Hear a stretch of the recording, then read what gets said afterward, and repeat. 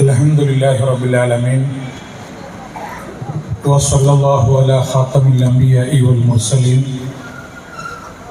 wa ala alihi wa sahbihi ajma'in wa ala man ittaba'ahum bi ihsanin ila yawmiddin, amma ba'd. A'udhu billahi minash shaitanir rajim. Bismillahir rahmanir rahim. Inna hadhihi ummatukum ummatan wahida wa ana rabbukum fa'budun. Sadaqallahul azim. സമാദരണീയനായ അധ്യക്ഷൻ ഐ.പി. ബഷീർ, വേദിയിലും സദസ്സിലുമുള്ള വിശിഷ്ട വ്യക്തികളെ, ആദരണീയരായ സഹോദരന്മാരെ, സുഹൃത്തുക്കളെ, നമ്മൾ എന്തിനാണ് ഇവിടെ ഒരുമിച്ച് കൂടിയിരിക്കുന്നത് എന്ന് ഏറെക്കുറെ സ്വാഗത പ്രഭാഷണത്തിലും അധ്യക്ഷ പ്രഭാഷണത്തിലും ഉദ്ഘാടന ഭാഷണത്തിലും ആശംസാ പ്രസംഗത്തിലുമൊക്കെയായി നമ്മൾ കൃത്യമായി മനസ്സിലാക്കി കഴിഞ്ഞു. യുവത്വം അംബേദ്കറെ വായിക്കുന്നു എന്ന പേരിൽ റിപ്പബ്ലിക്കിൻ്റെ 76-ാം വാർഷികം കൊണ്ടാടുന്ന ഈ വേളയിൽ കേരളത്തിലെ 76ഓളം കേന്ദ്രങ്ങളിൽ കേരളത്തിലെ ഏറ്റവും ശക്തമായ യുവജന പ്രസ്ഥാനങ്ങളിലൊന്നായ ഇത്തിഹാദുൽ ശുബാനിൽ മുജാഹിദീൻ സംഘടിപ്പിക്കുന്ന യുവ ജാഗ്രത സദസ്സിൻ്റെ ഭാഗമായിട്ടാണ് നമ്മളെല്ലാവരും ഇവിടെ ഒരുമിച്ച് കൂടിയിട്ടുള്ളത്. ഈ സംഗമത്തിൻ്റെ പിന്നിൽ വർഷങ്ങൾക്ക് മുമ്പ് പണ്ഡിറ്റ് നെഹ്റു ചോദിച്ച ഒരു ചോദ്യത്തിനുള്ള ഉത്തരം ഒളിഞ്ഞു കിടക്കുന്നുണ്ട്. നെഹ്റു ചോദിച്ചു, Who lives if India dies? Who dies if India lives? അതൊരു ചോദ്യമാണ്. ഇന്ത്യ മരിച്ചാൽ പിന്നെ ആരാണ് ജീവിക്കുക? ഇന്ത്യ ജീവിച്ചാൽ പിന്നെ ആരാണ് മരിക്കുക? അതിൻ്റെ അർത്ഥം ഇന്ത്യ ജീവിച്ചാൽ ആരും മരിക്കില്ല, ഇന്ത്യ മരിച്ചാൽ പിന്നെ ആരും ജീവിക്കില്ല. എങ്ങനെയാണ് ഇന്ത്യ മരിക്കുക? ഓമശ്ശേരിയിലെ കുറെ മണ്ണിന്റെ മരണമാണോ?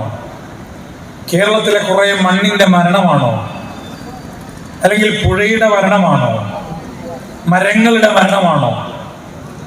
ഇന്ത്യയിലെ ഏതെങ്കിലും മണലുകളുടെ മരണമാണോ? അല്ല. ഭൂപ്രകൃതിയുടെയോ ഭൂപ്രദേശത്തിൻ്റെയോ ഭൂമിയിലുള്ള മറ്റേതെങ്കിലും ജീവജാലങ്ങളുടെയോ ഒന്നും മരണമല്ല നെഹ്റു ഉദ്ദേശിക്കുന്നത്. ഇന്ത്യയുടെ ആത്മാവിൻ്റെ മരണമാണ്. ആ ഇന്ത്യയുടെ ആത്മാവ് എന്ന് പറയുന്നത് ഇന്ത്യയുടെ ഭരണഘടനയാണ്.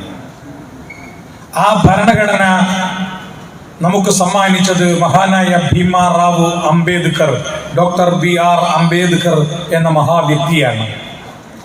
ആരായിരുന്നു അംബേദ്കർ? ഇവിടെ പലരും സൂചിപ്പിച്ചു. അദ്ദേഹം 1891 ഏപ്രിൽ 14 മഹാരാഷ്ട്രയിലെ മഹത് എന്ന സ്ഥലത്തിനടുത്ത അമ്പവാഡെ ഗ്രാമത്തിൽ രത്നഗിരി ജില്ലയിൽ ഐത്തജാതിയായ മെഹർ ജാതിയിൽ ജനിച്ച വ്യക്തിയാണ്. ആ മെഹർ ജാതിയുടെ പ്രത്യേകത എന്താണ്? ഐത്തജാതിയിലെ ഏറ്റവും താഴേക്കിടയിലുള്ള ജാതിയായിരുന്നു. മെഹർ ജാതിയിൽപ്പെട്ട ആളുകൾ, അത് കുട്ടികളാവട്ടെ, മുതിർന്നവരാവട്ടെ, സ്ത്രീകളാവട്ടെ, പുരുഷന്മാരാവട്ടെ, അവർ അങ്ങാടിയിലൂടെ നടക്കുകയാണെങ്കിൽ ഉയർന്ന ജാതിക്കാർ നടന്നു പോകുന്ന വഴിയിലൂടെ നടക്കാൻ പാടില്ല. ഇനി അഥവാ എപ്പോഴെങ്കിലും അവർ നടക്കുകയാണെങ്കിൽ, അത്യാവശ്യ ഘട്ടത്തിൽ വേറെ വഴിയില്ലാതെ നടക്കേണ്ടി വരികയാണെങ്കിൽ കഴുത്തിൽ ഒരു കലം കെട്ടി തൂക്കണം. എന്തിന്? നടന്നു പോകുന്ന വഴിയിൽ തുപ്പണമെങ്കിൽ തുപ്പാൻ. അവരുടെ അരക്ക് ചുറ്റും ഒരു ചൂല് കെട്ടണം. എന്തിന്? ഓരോ സ്റ്റെപ്പും എടുത്തു വെച്ച് ആ സ്റ്റെപ്പിന്റെ സ്ഥലം അടിച്ചു വാരണം. അങ്ങനെയാണ് നടക്കേണ്ടത്. അതായിരുന്നു അംബേദ്കറുടെ ജാതി. എന്നിട്ട് അംബേദ്കർ സ്കൂളിൽ പഠിക്കാൻ ചെന്നപ്പോ ക്ലാസ്സിൽ ഉയർന്ന ജാതിക്കാർക്ക് ബെഞ്ചുകളിൽ ഇരിക്കാം, അംബേദ്കറിന്റെ ജാതിക്കാർക്ക് ഇരിക്കണമെങ്കിൽ അവിടെ ചാക്കുകൾ വേണം, ചാക്കിലിരിക്കണം. സ്കൂളിൽ കളിക്കാനുള്ള പീരീഡ് കളിക്കാൻ പുറത്തു വിട്ടാൽ ഉയർന്ന ജാതിക്കാരുടെ കൂടെ കളിക്കാൻ പാടില്ല, താണ ജാതിക്കാരുടെ കൂടെ കളിക്കാൻ പാടുള്ളൂ. സംസ്കൃത ഭാഷ പഠിക്കാൻ പാടില്ല. അതേപോലെ തന്നെ മറ്റു ഏതെങ്കിലും രൂപത്തിൽ ഉയർന്ന സമുദായത്തിലെ, ഉയർന്ന ഗോത്രത്തിലെ, ഉയർന്ന ജാതിയിലെ ആളുകളുമായി ഇടപഴകാനേ പാടില്ല. അങ്ങനെ ഇടപഴകിയാൽ കഠിനമായ ശിക്ഷ നേരിടേണ്ടി വരും. ഇതായിരുന്നു അവരുടെ അവസ്ഥ.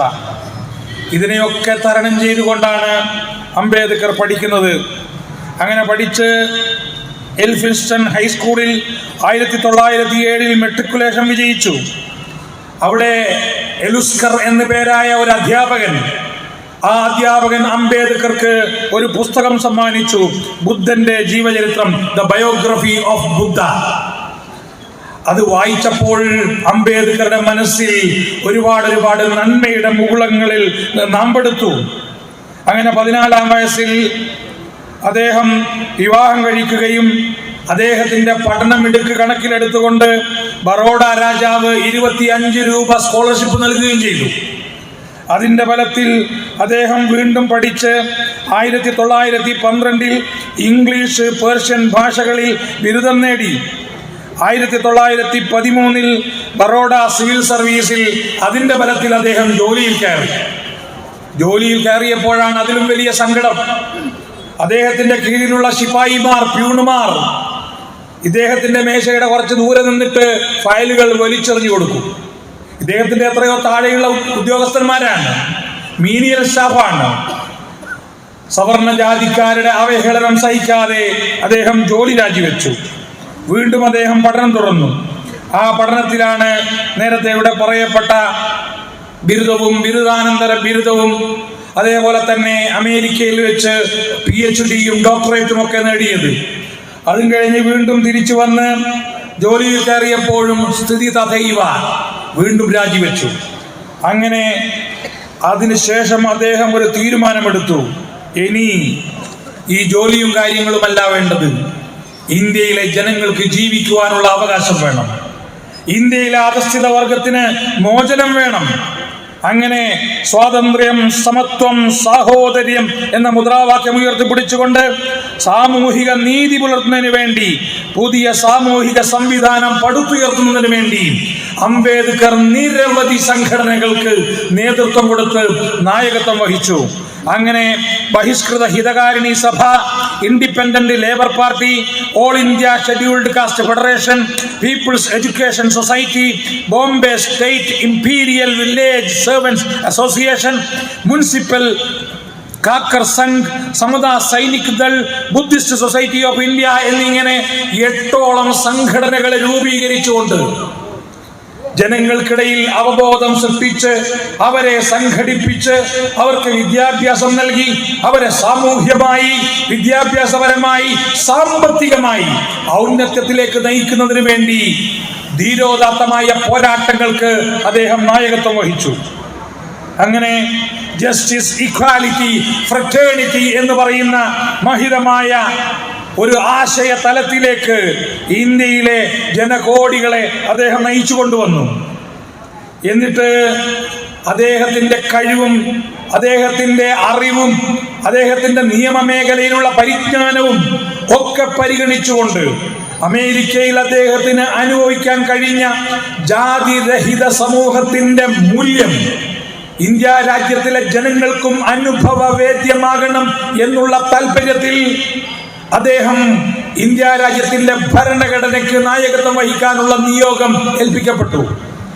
അദ്ദേഹത്തെയാണ് ചുമതലപ്പെടുത്തിയത്.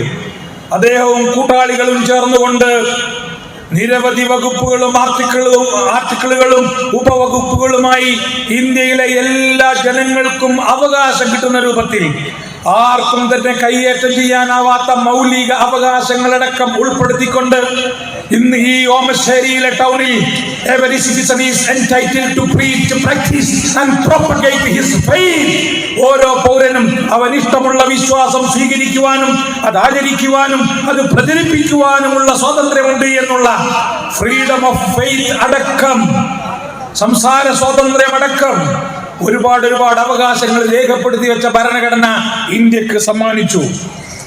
എന്നിട്ട് ആ ഭരണഘടന സമ്മാനിച്ചുകൊണ്ട് അംബേദ്കർ ഈ രാജ്യത്തോട് പറഞ്ഞു, ഈ ലോകത്തോട് പറഞ്ഞു, however good a constitution may be, if those who are implementing it are not good, it will prove to be bad. എത്ര നല്ല ഭരണഘടനയായാലും അത് കൈകാര്യം ചെയ്യുന്നവർ നല്ലവരല്ല എങ്കിൽ, അത് നടപ്പിൽ വരുത്തുന്നവർ ചീത്തയാണ് എങ്കിൽ ആ ഭരണഘടന ചീത്തയായിരിക്കും. However bad a constitution may be, if those implementing it are good, it will prove to be good. എത്ര മോശം ഭരണഘടനയായാലും ശരി, അത് നടപ്പിൽ വരുത്തുന്നവർ നല്ലവരാണെങ്കിൽ ആ ഭരണഘടന നല്ലതായിരിക്കും. ഇപ്പോൾ ഇന്ത്യ അനുഭവിക്കുന്നത് അതാണ്. നടപ്പിൽ വരുത്തുന്നവർ നല്ലവരാണ്. ആ സമയത്ത് ഭരണഘടനയുടെ മൂല്യം, അതിന്റെ വില ആർക്കും മനസ്സിലായില്ല.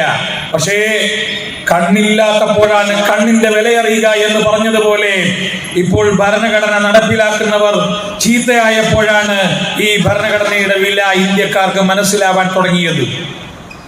അതുകൊണ്ട് നെഹ്റുവിന്റെ ചോദ്യം ഇന്നും അന്തരീക്ഷത്തിൽ അലയടിക്കുന്നു: Who lives if India dies? Who dies if India lives? India ജീവിക്കണോ മരിക്കണോ എന്നുള്ള ചോദ്യത്തിന്റെ ഉത്തരമാണ് ഈ യുവജാഗ്രതാ സദസ്സ്. മഹാത്മാഗാന്ധി, ഇന്ത്യയുടെ രാഷ്ട്രപിതാവ്, എല്ലാ പ്രസംഗങ്ങളിലും ബ്രിട്ടീഷ് സാഹിബിന്റെ ഡിവൈഡ് ആൻഡ് റൂൾ, ഭിന്നിപ്പിക്കുക ഭരിക്കുക എന്ന പോളിസിയെ തകർത്ത് തരിപ്പണമാക്കാൻ വേണ്ടി പറയാറുണ്ടായിരുന്നു. Hindus and Muslims are just like my twin ice. ഹിന്ദുക്കളും മുസ്ലിങ്ങളും എനിക്കെന്റെ രണ്ട് കണ്ണുകൾ പോലെയാണ്. ഒന്നെന്റെ ഹിന്ദു കണ്ണാണ്, മറ്റേതെന്റെ മുസ്ലിം കണ്ണാണ്. എനിക്ക് വേറെ കണ്ണുകളില്ല. എന്റെ രണ്ട് കണ്ണുകളാണ് ഹിന്ദുവും മുസൽമാനും. സായിപ്പിനെ കെട്ടുകെട്ടിക്കാൻ മഹാത്മാഗാന്ധിയുടെ പ്രയോഗമായിരുന്നു അത്. സർ സയ്യിദ് അഹമ്മദ് ഖാൻ തന്റെ എല്ലാ പ്രഭാഷണങ്ങളും അവസാനിപ്പിച്ചിരുന്നത് Hindus and Muslims are the beautiful twin eyes of the beautiful bride India. India എന്ന സുന്ദരിയായ വധുവിന്റെ സുന്ദരങ്ങളായ രണ്ട് കണ്ണുകളാകുന്നു ഹിന്ദുവും മുസൽമാനും. ആ രണ്ട് കണ്ണുകളിൽ ഏതെങ്കിലും ഒന്ന് കേടുപറ്റുകയോ ഏതെങ്കിലും ഒന്ന് നശിച്ചു പോവുകയോ ചെയ്താൽ, not only that eye is destroyed or damaged, but the whole beauty of the bride India will be lost forever and forever. India എന്ന സുന്ദരിയുടെ ആ കണ്ണ് മാത്രമല്ല നശിച്ചു പോവുക, ഇന്ത്യ എന്ന സുന്ദരിയുടെ മുഴുവൻ സൗന്ദര്യവും എന്നേക്കുമായി ഇല്ലാതായി പോകും. ഇതായിരുന്നു സർ സയ്യിദ് അഹമ്മദ് ഖാൻ തന്റെ എല്ലാ പ്രഭാഷണങ്ങളും അവസാനിപ്പിക്കുമ്പോൾ പറയാറുണ്ടായിരുന്നത്. അങ്ങനെ ഹിന്ദു മുസ്ലിം ഭായി ഭായി, ഹിന്ദു മുസ്ലിം ഭായി ഭായി എന്നുള്ള മുദ്രാവാക്യം മുഴക്കിക്കൊണ്ട് ഇന്ത്യയിലെ ഹിന്ദുക്കളെയും മുസ്ലിങ്ങളെയും ഒരുമിപ്പിച്ചുകൊണ്ടാണ് ഇന്ത്യ രാജ്യത്തിന്റെ സ്വാതന്ത്ര്യം നേടിയെടുത്തത്. The discourses on Gita എഴുതിയ മഹാത്മാഗാന്ധിയുടെ കൈപിടിച്ചുകൊണ്ട് ഫ്രണ്ടിയർ ഗാന്ധി എന്നറിയപ്പെടുന്ന അതിർത്തി ഗാന്ധി ഖാൻ അബ്ദുൽ ഗഫാർ ഖാൻ ഉണ്ടായിരുന്നു. തർജുമാനുൽ ഖുർആൻ എഴുതിയ മൗലാന അബുൽ കലാം ആസാദ് ഉണ്ടായിരുന്നു. ഒരു ദൈവത്തിലും മതത്തിലും വിശ്വാസമില്ലാതിരുന്ന പണ്ഡിറ്റ് ജവഹർലാൽ നെഹ്റു ഉണ്ടായിരുന്നു. മതത്തിന്റെ പേരിലും ജാതിയുടെ പേരിലും മതമില്ലായ്മയുടെ പേരിലും അവർ തമ്മിൽ കലഹിച്ചില്ല. Swaraj is my birth right, I shall have it.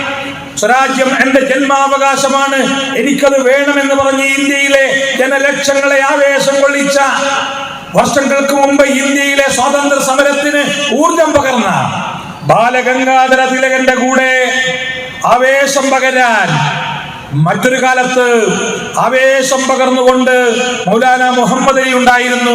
Mister George, I want to go to my home country with the substance of freedom of India in my hands എന്ന് പറഞ്ഞ് ലണ്ടനിൽ പോയി മിസ്റ്റർ ജോർജിന്റെ മുമ്പിൽ നിന്ന് ഗർജിക്കുവാൻ എനിക്കെന്റെ പിറന്ന നാടിന്റെ സ്വാതന്ത്ര്യം ഉള്ളം കയ്യിൽ വെച്ച് തരണം, ഇല്ലെങ്കിൽ ഈ സ്വാതന്ത്ര്യമുള്ള മണ്ണിൽ 6 അടി മണ്ണ് തരണം എന്ന് പറഞ്ഞുകൊണ്ട് സ്വാതന്ത്ര്യ സമര പോരാട്ടത്തിന് ജാജ്വല്യമാനമായ സംഭാവനകൾ അർപ്പിച്ച അലി സഹോദരന്മാരുടെ മണ്ണാണി മണ്ണ്.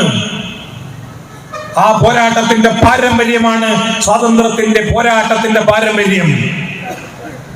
മാത്രവുമല്ല, വൈദേശിക ശക്തികൾക്കെതിരെ പോരാടാൻ അതിനും എത്രയോ പതിറ്റാണ്ടുകൾക്കും നൂറ്റാണ്ടുകൾക്കും മുമ്പ് കോഴിക്കോട് സാമൂതിരി രാജാവ്, the Zamorin had even issued an order that in order to get sufficient Mappilas to man their navy, at least 2 or more fishermen children should be brought up as Mappilas എന്ന് ഡിഗ്രി പുറപ്പെടുവിച്ച നാടാണ് കേരളം.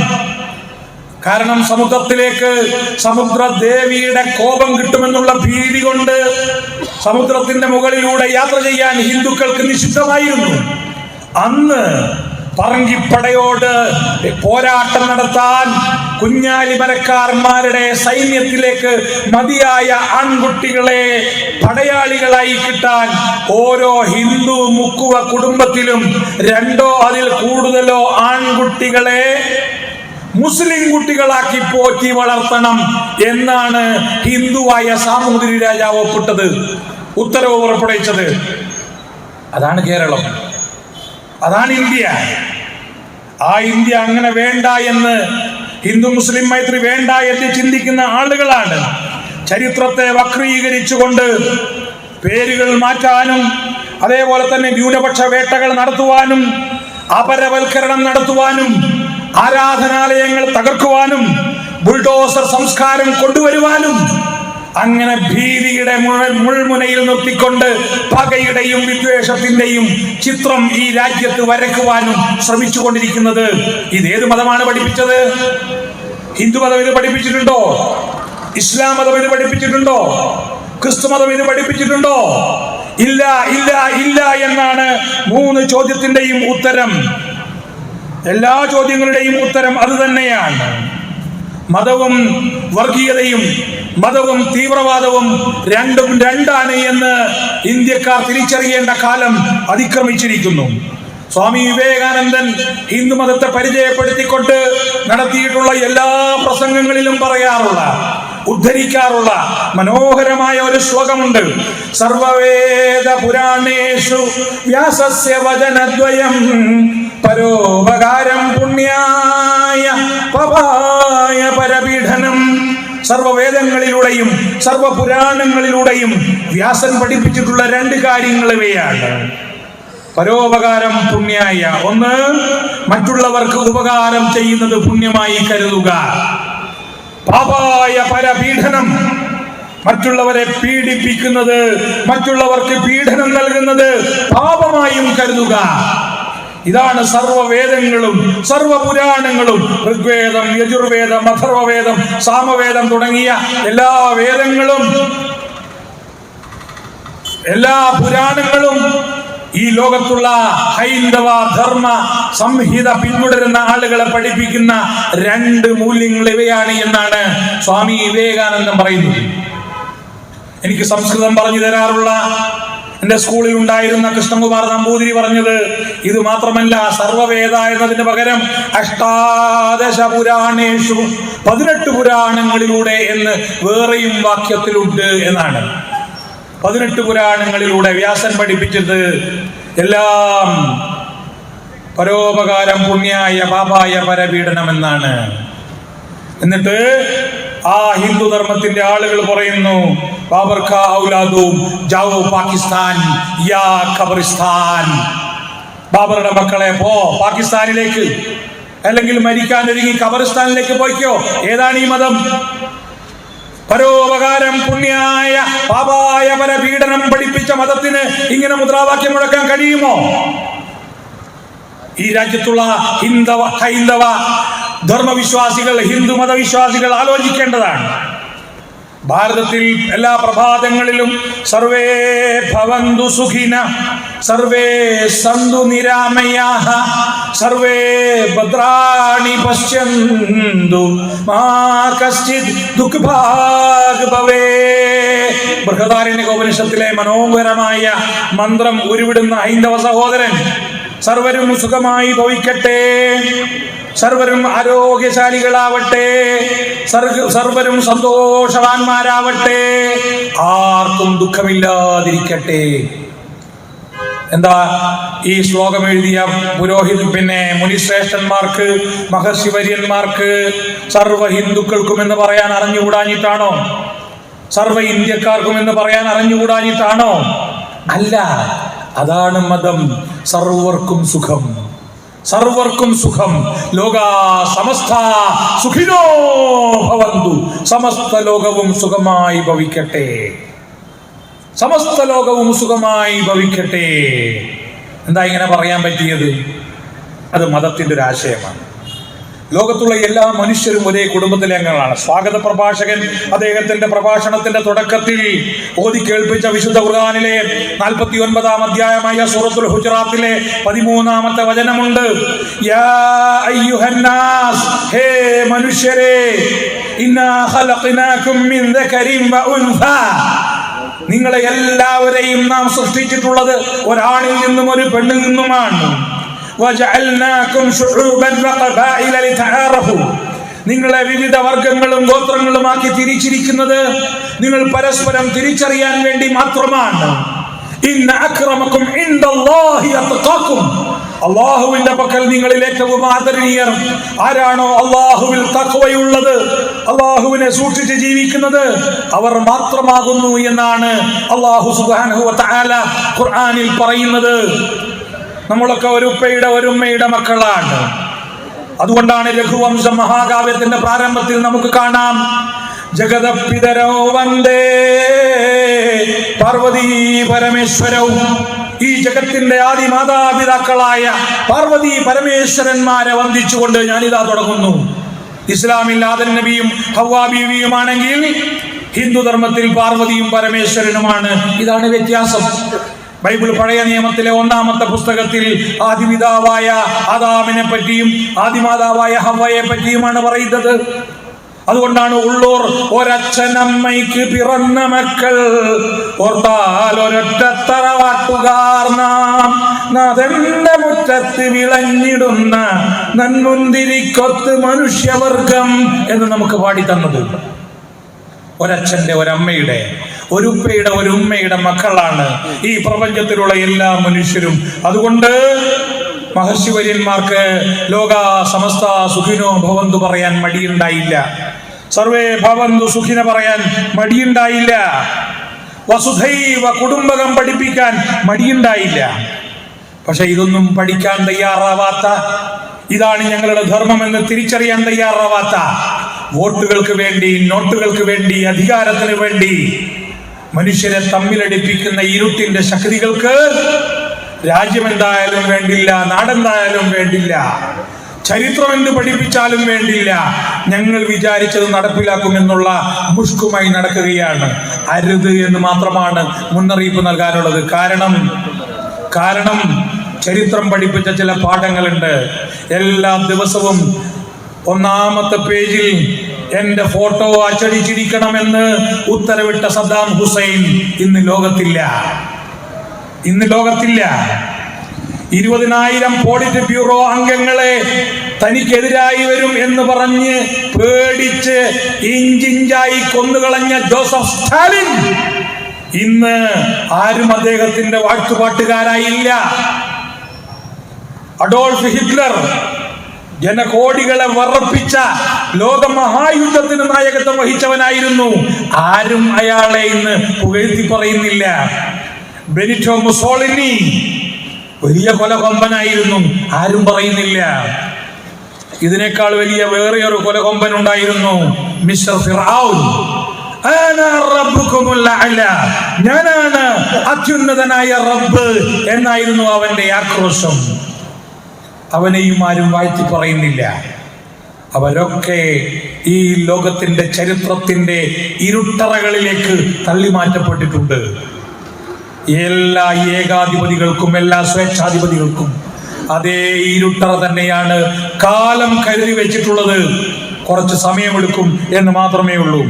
മാത്രമല്ല, നമ്മൾ മനസ്സിലാക്കേണ്ടത്, മതം പഠിച്ച ആളുകൾ ഇന്നേ വരെ, മതം പകർന്നു തന്ന ആളുകൾ ഇന്നേ വരെ മനുഷ്യരോട് വെറുപ്പ് കാണിക്കാൻ പറഞ്ഞിട്ടില്ല. മഹാനായ പ്രവാചകൻ സല്ലല്ലാഹു അലൈഹി വസല്ലമ പറഞ്ഞത്, കുല്ലുകും മിൻ ആദം വ ആദമു മിൻ തുറാബ് ലാ ഫദ്ല ലി അറബിയ്യിൻ അലാ അജമിയ്യിൻ വലാ ലി അബ്യദ അലാ അസ്വദ് ഇല്ലാ ബിത്തഖ്വാ. എല്ലാവരും ആദമിൽ നിന്നാണ്, ആദമാകട്ടെ മണ്ണിൽ നിന്നാണ്. ഒരറബിക്ക് അനറബിയേക്കാൾ യാതൊരു ശ്രേഷ്ഠതയുമില്ല, വെളുത്തവന് കറുത്തവനേക്കാൾ യാതൊരു ശ്രേഷ്ഠതയുമില്ല. അള്ളാഹുവിനുള്ള തഖ്വയുടെ അടിസ്ഥാനത്തിലല്ലാതെ. ഇതാണ് മുഹമ്മദ് മുസ്തഫ സല്ലല്ലാഹു അലൈഹി വസല്ലം പഠിപ്പിച്ചത്.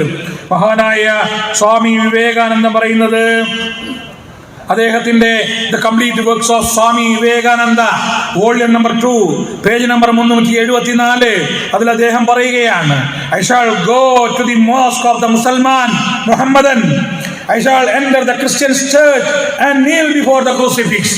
ഞാൻ മുഹമ്മദിന്റെ അനുയായിയുടെ പള്ളിയിൽ പ്രവേശിക്കും, ഞാൻ ക്രിസ്ത്യാനിയുടെ ചർച്ചിൽ പ്രവേശിക്കും, അവിടെയുള്ള കുരിശിന്റെ മുമ്പിൽ ഞാൻ മുട്ടുകുത്തി നിൽക്കും. I shall enter the Buddhistic temple, ബുദ്ധമതക്കാരുടെ ക്ഷേത്രത്തിലേക്ക് ഞാൻ പ്രവേശിക്കും.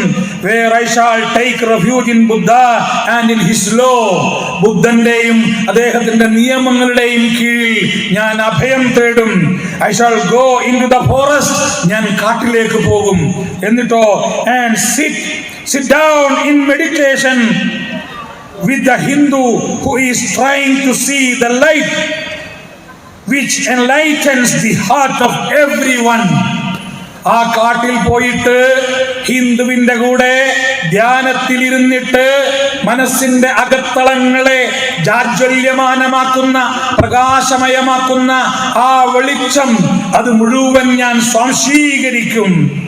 എല്ലാവരുടെയും കൂടെ ആ ഹൃദയത്തിലേക്ക് കടന്ന വെളിച്ചവുമായി ഞാൻ എല്ലാവരുടെയും പള്ളികളിലേക്ക്, ചർച്ചുകളിലേക്ക്, ബുദ്ധക്ഷേത്രത്തിലേക്ക് ഞാൻ കടന്നു ചെല്ലും. അത് പറഞ്ഞ് അവസാനം അദ്ദേഹം തുടരുകയാണ്, അവസാനിപ്പിക്കുകയാണ്. The Bible, the Quran and all other sacred books are but so many pages and an infinite number of pages remain yet to be unfolded. ഖുർആനും ബൈബിളും അതുപോലെയുള്ള നിരവധി വേദഗ്രന്ഥങ്ങളും ദൈവത്തെ മനസ്സിലാക്കാനുള്ള വേദഗ്രന്ഥത്തിന്റെ നിരവധി പേജുകളാണ്. അതിൽ ഒരുപാട് പേജുകൾ ഇനിയും തുറക്കപ്പെടാനിരിക്കുന്നു. അവയൊക്കെ വായിച്ച് നമ്മൾ പഠിക്കണം, മനസ്സിലാക്കണം, എല്ലാ വേദഗ്രന്ഥങ്ങളെയും ഉൾക്കൊള്ളണം. ഞാൻ പള്ളിയിൽ പോകുന്നത് അതിനാണ്, ഞാൻ ചർച്ചിൽ പോകുന്നത് അതിനാണ്, ഞാൻ ബുദ്ധന്റെ ക്ഷേത്രത്തിൽ പോകുന്നത് അതിനാണ്. എന്നാൽ ഇന്നോ കുറെ ആളുകൾ പള്ളിയിലേക്ക് പോകുന്നു. എന്തിന്? പള്ളിൻ്റെ ഉള്ളിൽ എന്തെങ്കിലും ഉണ്ടോ എന്ന് തോണ്ടിയെടുക്കാൻ. എവിടെന്നെങ്കിലും കല്ല് കിട്ടിക്കഴിഞ്ഞാൽ ഈ കല്ല് ഞങ്ങളുടേതാണ്, ഇത് ഞങ്ങളുടേതാണ്, ബുൾഡോസർ രാജുമായിട്ട്. എന്നിട്ട് ആളുകളെ ഇങ്ങനെ പകയുടെ വിദ്വേഷത്തിന്റെ തട്ടുകളിൽ തിരിച്ചിട്ട് ഭീഷണിപ്പെടുത്തുക, കൊല്ലുക, ആക്രമിക്കുക. എന്നിട്ട് പകയിൽ എത്ര നഷ്ടങ്ങൾ, എന്തെല്ലാം കലാപങ്ങൾ, എന്തെല്ലാം പ്രശ്നങ്ങൾ. അമേരിക്കയുടെ സാമ്പത്തിക സ്രോതസ്, അവിടെ 2% ആളുകൾ തീവ്രവാദ പ്രവർത്തനം നടത്തി, 4 സ്ഫോടനങ്ങൾ നടത്തിയതോടുകൂടി കോടിക്കണക്കിന് രൂപയാണ് സെക്യൂരിറ്റി ഇനത്തിൽ അവർക്ക് ചെലവഴിക്കേണ്ടി വന്നത്. അതിനുശേഷം അമേരിക്ക ഇതുവരെ സാമ്പത്തിക സ്ഥിതി പൂർവ്വസ്ഥിതിയിലായിട്ടില്ല,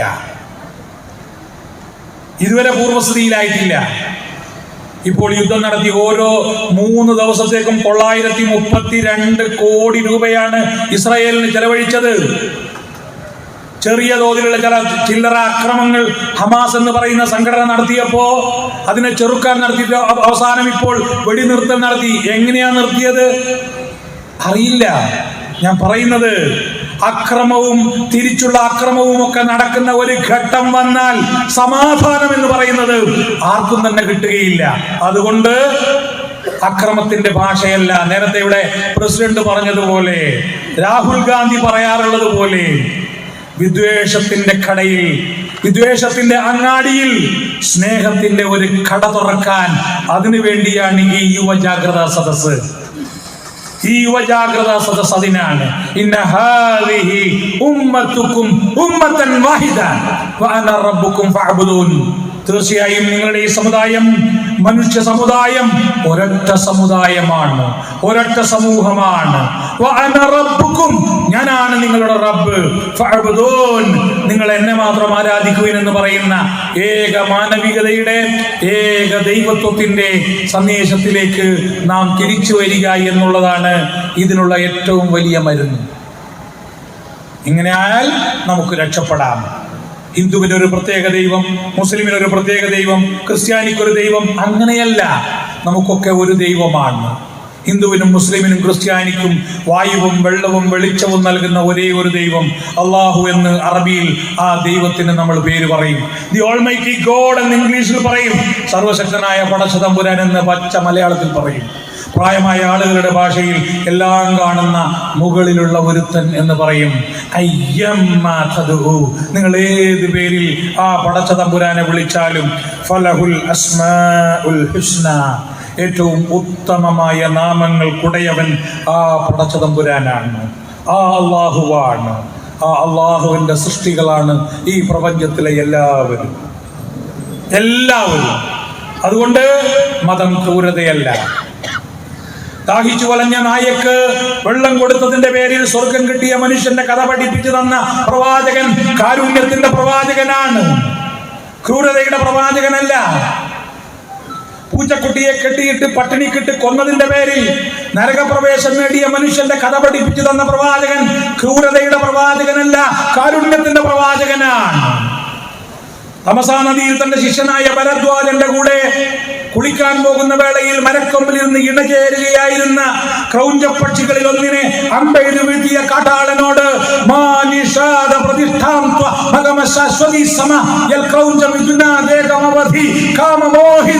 എന്ന് പറഞ്ഞ അരുത് കാട്ടാള, കൊല്ലരുത് എന്ന് ഗർജിച്ച മഹാനായ വാൽമീകി മഹർഷിയുടെ പക്ഷിയെ പോലും കൊല്ലരുത് എന്ന് പഠിപ്പിച്ച ദർശനം കാരുണ്യത്തിന്റെ ദർശനമാണ്, ക്രൂരതയുടെ ദർശനമല്ല.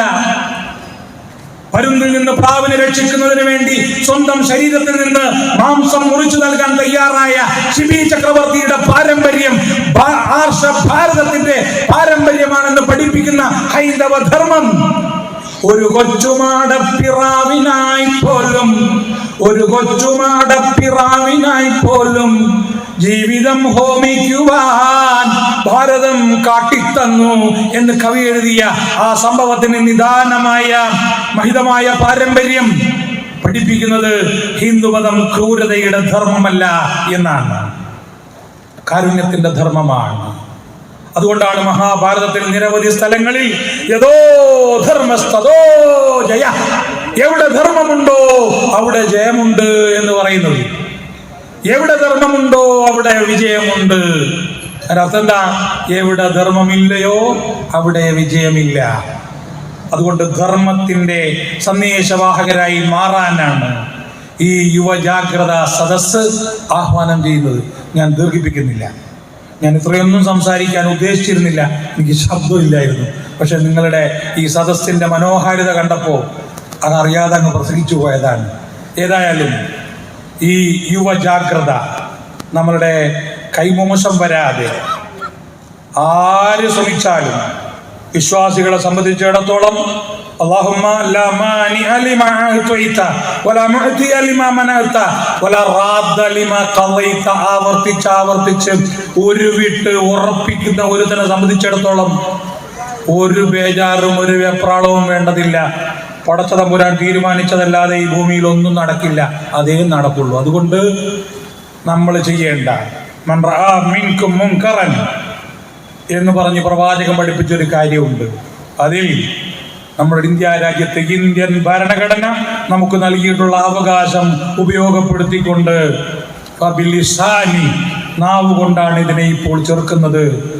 അതില്ലെങ്കിൽ ഹൃദയം കൊണ്ടെങ്കിലും വെറുക്കാനുള്ള ഒരു വഴി ഈ പ്രവാചകൻ നമുക്ക് ബാക്കി വെച്ചിട്ടുണ്ട്. അങ്ങനെ ഈ ജാഗ്രത പകർന്നുകൊടുത്ത് കേരളത്തിലെയും ഭാരതത്തിലെയും ജനങ്ങളുടെ മനസ്സുകളിലേക്ക് ഈ നന്മയുടെ വെട്ടം പകരാൻ നമുക്ക് കഴിയുമാറാവട്ടെ. ഓമശ്ശേരിയിൽ നമ്മളിവിടെ ബസ് സ്റ്റാൻഡിൽ കുത്തിയിരുന്ന് ഇത് പറഞ്ഞതുകൊണ്ട് ഇന്ത്യയിൽ എന്ത് സംഭവിക്കും? ഒന്നും സംഭവിക്കില്ല എന്നാരും വിചാരിക്കേണ്ടതില്ല. The fluttering of a butterfly will cause a hurricane in New York എന്നൊരു സിദ്ധാന്തമുണ്ട്. ഒരു ചെറിയ ചിത്രശലഭത്തിൻ്റെ ചിറകടി അതിൻ്റെ ഓളം ശക്തി പ്രാപിച്ചാൽ അത് ന്യൂയോർക്കിലെത്തുമ്പോൾ കൊടുങ്കാറ്റായി മാറും. ഇത് ഡൽഹിയിലെത്തുമ്പോൾ, യു പിയിലെത്തുമ്പോൾ, പഞ്ചാബിലെത്തുമ്പോൾ ഈ സന്ദേശം ഒരു കൊടുങ്കാറ്റിൻ്റെ ഇതൊരു എനർജിയാണ്. ഈ എനർജി പാസ് ചെയ്ത് അവിടെ എത്തും. അതുകൊണ്ട് ഇതൊരു നിസ്സാരമായ സംഭവമല്ല. ഇതിൻ്റെ വില കുറച്ച് നമ്മൾ കാണേണ്ടതില്ല. സർവശക്തനായ അള്ളാഹുവിനോടുള്ള ഒരു പ്രാർത്ഥനയോടുകൂടി ഈ എനർജിയെ നമുക്ക് ഭാരതത്തിലേക്ക് പ്രവഹിപ്പിക്കാം. അള്ളാഹു സുബ്ഹാനഹു വ തആല നമ്മുടെ രാഷ്ട്രത്തിൻ്റെ ഭാവി ശോഭനമായി എന്നെന്നും നിലനിർത്തി തരുമാറാവട്ടെ. ഈ നാടിനെ തകർക്കാൻ ശ്രമിക്കുന്ന എല്ലാ ചിത്രശക്തികളിൽ നിന്നും അള്ളാഹു ഈ നാടിനെ കാത്തുരക്ഷിക്കുമാറാവട്ടെ. ഈ നാടിൻ്റെ നമ്മൾ നേരത്തെ പറഞ്ഞ പ്രതിജ്ഞയിൽ പറഞ്ഞതുപോലെ ഇന്ത്യ എൻ്റെ രാജ്യമാണ്, എല്ലാ ഇന്ത്യക്കാരും എൻ്റെ സഹോദരീ സഹോദരന്മാരാണ്. ഞാൻ എൻ്റെ നാടിനെ സ്നേഹിക്കുന്നു. അതിൻ്റെ സമ്പന്നവും സമൃദ്ധവുമായ പൈതൃകത്തിൽ ഞാൻ അഭിമാനം കൊള്ളുന്നു എന്ന് മരണം വരെ ഉരുവിടാൻ ഈ രാജ്യത്തിൻ്റെ അന്തസ്സും യശസ്സും കാക്കുന്നതിന് വേണ്ടി വെള്ളക്കാരൻ്റെ തൂക്കുമരത്തിലേക്ക് കയറിച്ചെന്ന ഭഗത് സിംഗിൻ്റെയും അതേപോലെ തന്നെ വക്കം അബ്ദുൽ ഖാദറിൻ്റെയും പാരമ്പര്യവും പൈതൃകവും ഓർമ്മിച്ചുകൊണ്ട്, വെള്ളക്കാരൻ്റെ ജയിലറുകളിൽ കിടന്ന ജവഹർലാൽ നെഹ്റുവിന്റെ പാരമ്പര്യം ഓർമ്മിച്ചുകൊണ്ട്, I have come from jail with a return ticket in my pocket. ഞാൻ ജയിലിൽ നിന്ന് വന്നിരിക്കുന്നത് ആ ജയിലിലേക്ക് പോകാനുള്ള റിട്ടേൺ ടിക്കറ്റും പോക്കറ്റിൽ ഇട്ടിട്ടാണ് എന്ന് ജാമ്യം കിട്ടിയിട്ട് വീട്ടിലേക്ക് പോകാതെ കോൺഗ്രസിന്റെ യോഗത്തിൽ പോയി പ്രസംഗിച്ച മൗലാന മുഹമ്മദ് അലിയുടെയും മൗലാന ഷൗക്കത്ത് അലിയുടെയും പാരമ്പര്യം ഉൾക്കൊണ്ടുകൊണ്ട് നമുക്ക് പ്രതിജ്ഞ പുതുക്കാം. ഈ രാജ്യത്തെ തകർക്കാൻ ഒരു ശക്തിക്കും ഞങ്ങൾ വിട്ടുകൊടുക്കില്ല എന്നുള്ള ആ പ്രതിജ്ഞയുമായി നമുക്ക് പിരിഞ്ഞു പോകാം. സർവശക്തൻ അനുഗ്രഹിക്കുമാറാവട്ടെ. വാഹൃദാവാന അൽഹംദുലില്ലാഹി റബ്ബിൽ ആലമീൻ. അസ്സലാമു അലൈക്കും വറഹ്മത്തുള്ളാഹി.